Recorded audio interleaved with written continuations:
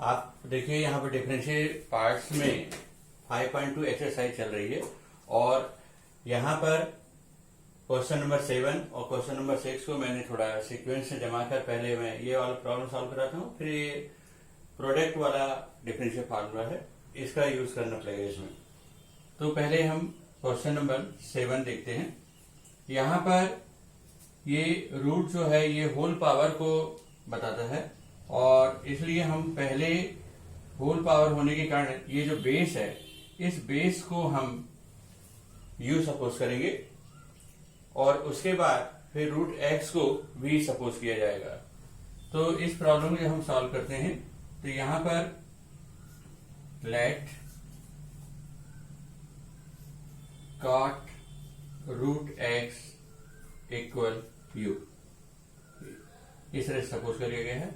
तो ये 2 और d रूट u अपान du इंटू du अपान dx, इस तरह से हमने इस कॉट रूट एक्स को u सपोज करने पर ये इस तरह से रेशनलाइजेशन के रूप में लिखा जाएगा du अपान du। और यहां पर वैल्यू बैक कर दी जाएगी, कौन सी वैल्यू? कॉट रूट एक्स, ये कॉट रूट एक्स की वैल्यू वापस कर दी जाएगी। अब आपको एक फार्मूला है यहाँ पर और वो ये है कि रूट यू के लिए हम डायरेक्ट आपको एक फार्मूला बता देते हैं। रूट एक्स के लिए होता है 1/2 रूट एक्स, ये फार्मूला होता है।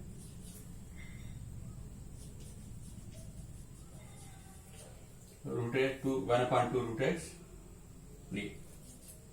तो आपके पास ये सॉल्व होगा 2 और रूट यू का हो जाएगा 1/2 रूट यू, इस तरह से। अब यहां पर रूट एक्स को v सपोज कर लिया जाएगा।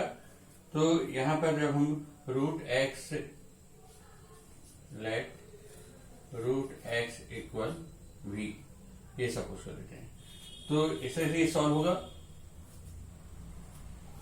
d cot v अपान dv इंटू dv अपान dx, और यहां पर फिर हम v की वैल्यू बैक कर देंगे, वापस कर देंगे रूट x। यहां पर 2 से 2 कैंसिल हो जाता है 1/रूट और u की वैल्यू है हमारे पास क्या? cot root x, cot root x ये वैल्यू है। तो ये जो cot v है इसका भी एक फार्मूला होता है, वो होता है माइनस कोसेक स्क्वायर v। तो यहां पर हम माइनस कोसेक स्क्वायर v लिख देंगे इंटू, और ये रूट एक्स का फिर से एक बार डिफरेंशियल होगा तो 1/2 रूट एक्स। ये आप रूट वाला जो डिफरेंशिएशन करता है इसको आप डायरेक्ट याद रखिए, रूट एक्स का 1/2 रूट एक्स ये। अब इस तरह से ये आंसर होगा cot रूट एक्स, ये माइनस का साइन यहां लगा देते हैं, कोसेक स्क्वायर और v की वैल्यू भी बैक कर दी जाएगी ये वाली, यहां हो जाएगी रूट एक्स और आपको 1/2 रूट एक्स, ये आंसर हो जाता है। इसको आप अच्छे से अरेंज भी कर सकते हैं, ये 2 रूट एक्स और यहाँ पर लिख देंगे रूट कॉट रूट एक्स, ऐसा भी लिखा सकता है, ये ठीक है। इसको आप जमाते हैं तो minus cosec square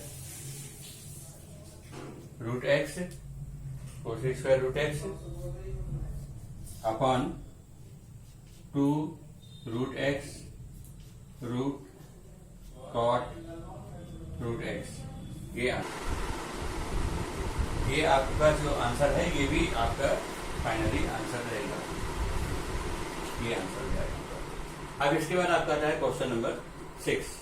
question number 6 में यहाँ पर ये प्रोडक्ट फार्मूला है और ये प्रोडक्ट फार्मूला मैं आपको पहले से बता देता हूँ कि ये फार्मूला कौन सा यूज होगा। तो ये df1 इंटू f2 और अपान dx, ये प्रोडक्ट फार्मूला हो गया। और इस प्रोडक्ट फार्मूले में यहाँ पर हम पहले f1 का डिफरेंशिएट करेंगे तो f2 का नहीं होगा, प्लस फिर f1 का नहीं किया जाएगा और f2 का डिफरेंशिएट किया जाएगा इस तरह से। तो यहां पर ये F1 है और ये F2 है, ये दो बारी बारी से दो फंक्शन है हमारे पास, इसलिए इसको F1 और इसे F2 दिया जाएगा। तो इसके लिए हमारे पास ये प्रॉब्लम सॉल्व किया जाएगा बारी बारी। पहले यहां पर अरेंज करते हैं। फर्स्ट टाइम cos x³ का डिफरेंशिएट किया जाएगा, तो यहां पर sine square x5 will remain same, plus फिर first function cos x³ will be written and sine square x5 का डिफरेंशिएट होगा, साइन स्क्वायर x5 इसका डिफरेंशिएट किया जाएगा। अब cos x³ का जब हम डिफरेंशिएट करेंगे तो यहां पर x³ क्योंकि ये प्रॉब्लम लेंथी हो रहा है, इसलिए इस प्रॉब्लम में आपको डायरेक्ट सॉल्व कर सकते हैं। तो हमने यहां पर इसे x³ को u सपोज करेंगे तो cos u आएगा, और cos u का हो जाएगा माइनस साइन u, तो माइनस साइन u, तो माइनस साइन और u की वैल्यू बैक कर देंगे x³ इस तरह से। फिर आपका जो x³ है इसका डिफरेंशिएट किया जाएगा, तो x³ का डिफरेंशिएट होता है 3x², 3x², ये डिफरेंशिएट हो गया।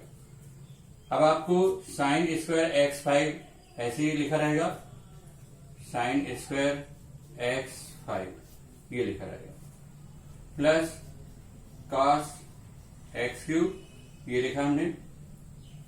अब यहां पर डिफरेंशिएट करना है, तो याद रखिए किसी भी चीज में डिफरेंशिएट यदि होल पावर यदि आता है तो पहले इसका डिफरेंशिएट किया जाता है। तो पावर में भी 2 लिखा हुआ है, तो 2 इस पूरे को u सपोज के ले जाएगा, तो u स्क्वायर हो जाएगा ये, और u स्क्वायर का क्या होता है डिफरेंशिएट 2u।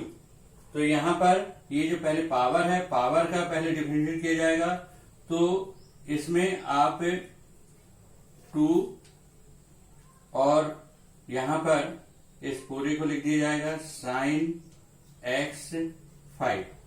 पहले हमने ये पावर को आगे लेकर पावर से एक माइनस कर दिया है, तो पहले पावर वाले टर्म का डिफरेंशिएट होता है, और पूरा बेस को हमने t या u कुछ भी सपोज कर दिया है। अब इसके बाद बारी आती है साइन की, जो बेस है उसमें, तो साइन का जब हम डिफरेंशिएट करेंगे तो साइन का डिफरेंशिएट हो जाएगा cos। तो ये हम साइन का डिफरेंशिएट करते हैं, तो यहां पर ये हो जाएगा cos x5, ये हो जाता है cos x5, ये हो गया। फिर इसके बाद बारी आती है किसकी, x5 की, तो x5 का डिफरेंशिएट करेंगे तो 5x4, ये हो गया डिफरेंशिएट। तो मतलब ये आपको रखना है कि यदि हम इसको शार्पली देखते हैं तो ये पैटर्न को हम आपको अलग से बता देते हैं कि कैसे इसका डिफरेंशिएट हुआ है। साइन स्क्वायर x5 लिखा है इसी, तो आपने सबसे पहले साइन स्क्वायर x5 को आपने u सपोज किया था, तो ऐसा करने से उसके बाद फिर आप ये लिखेंगे du² अपॉन du और du अपॉन dx। u की वैल्यू आपने क्या सपोज किया था, यहाँ पर साइन x5 को u सपोज किया था, तो ये u² हो गया है। अब यहां पर ये वैल्यू को बैक कर देते हैं, साइन x5 ये, फिर तो u² का क्या हो जाता है 2u। अब यहां पर साइन है तो x5 को आपने v सपोज कर लिया, x5 को v सपोज कर लिया है आपने, ये ध्यान रखना है आपको, ये सपोज किया। तो इस तरह से ये हो जाएगा d साइन v अपान dv और dv अपान dx, और v की वैल्यू हो गई है हमारे पास x5। तो इस तरह से ये आंसर हो जाता है। u की वैल्यू बैक करेंगे आप, ये आपने सपोज किया था यहां पर साइन x5 ये, और साइन v का क्या हो गया था cos v, और v की वैल्यू बैक कर दी थी आपने क्या x5, ये x5, और x5 का क्या हो जाएगा यहाँ 5x4। तो ये आपका थोड़ा लेंथी था, इसलिए हमने इसको डायरेक्ट यहाँ पर लिख दिया है, ये आपका आंसर हो जाता है। आप इसमें 3 को आगे रख देंगे और यहाँ पर 2 5 या 10 को आगे रख देंगे। इस तरह से ये आपका आंसर बन जाएगा। तो -3x² sin x³ sin square x5 और यहाँ पर 2 5 या 10 और फिर ये cos x³ sin x5 और इसके बाद ये आपका cos x5 और ये x4, ये आंसर हो जाता है। Okay, thank you.